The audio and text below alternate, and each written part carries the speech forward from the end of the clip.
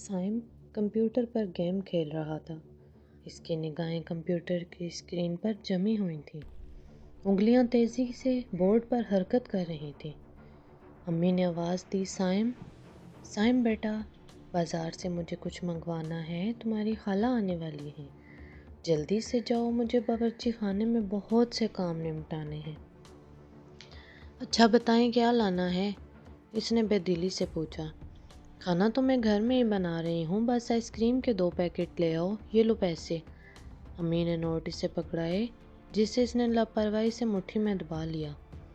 صرف چاکلیٹ کے ذائقے میں ہی لانا، اسما کے بچوں کو وہی پسند ہے۔ امی نے تاکید کی۔ وہ جھنجھلا کر یہ ساری ہدایت سنتا ہوا گھر سے باہر نکل گیا۔ دوپہر کا 1 بجنے والا تھا اور گلی میں سناٹا تھا۔ ایک تو گرمی، اس بار کھیل ادھورا رہ گیا، اسے غصہ آ رہا تھا۔ اب بھی اس کا دماغ کھیل میں ہی لگا ہوا تھا۔ وہ قریبی بیکری پر پہنچا، لیکن معلوم ہوا کہ وہاں چاکلیٹ فلیور ختم ہو چکا ہے۔ 1-2 دوسری دکانوں پر بھی کئی فلیور موجود تھے، لیکن چاکلیٹ کے مزے والی آئس کریم نہیں تھی۔ لہٰذا اس صورتحال پر مزید پریشان ہوا، گھر کی طرف روانہ ہوا۔ ابھی اپنی گلی میں داخل ہی ہوا تھا کہ اسے زمین پر 500 روپے کا ایک مڑا ہوا نوٹ پڑا دکھائی دیا۔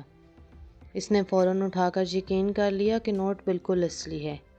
اس کے والدین نے ہمیشہ یہی ہدایت کی تھی کہ رستے میں پڑے ہوئے پیسوں کو اس کے مالک تک پہنچانا۔ قریبی مسجد کے چندے کے ڈبے میں ڈال دو۔ وہ کچھ دیر تو کھڑا انتظار کرتا رہا۔ کوئی شخص پیسے ڈھونڈتا ہوا نظر آئے، لیکن جب کڑکتی دھوپ میں وہ پسینے میں ڈوب گیا تو کوئی نظر بھی نہ آیا۔ اس نے یہ نوٹ مسجد کے چندے والے ڈبے میں ڈال دیا۔